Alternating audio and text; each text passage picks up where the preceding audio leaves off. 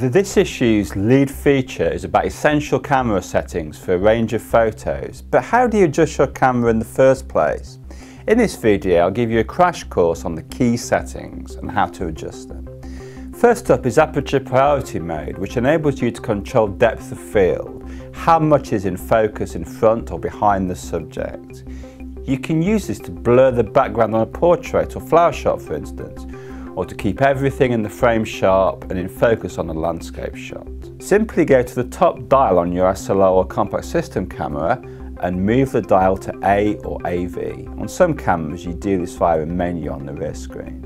Then adjust the F number on the camera screen using the relevant dial. A smaller F number, e.g. f2.8, will give you a shallower depth of field for blurring background on a portrait, for example, while a higher F number, e.g. f16, will keep everything in focus. Don't forget that the F number range is determined by your lens. The other key control to consider in this introductory video is the shutter control. Basically, your camera's shutter control determines how long the shutter stays open for.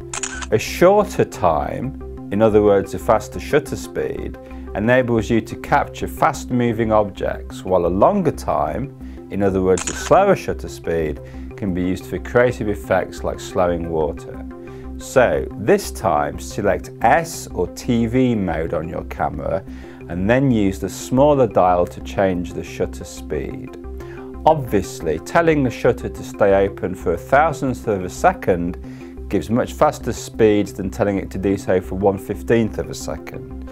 Remember also that as you increase your camera's ISO, sensitivity to cope with low light, you'll also get faster shutter speeds. Finally, remember that when you're in aperture priority mode, your camera automatically works out the right shutter speed to go with the aperture you've chosen. In shutter priority mode, it works out the right aperture for your selected shutter speed.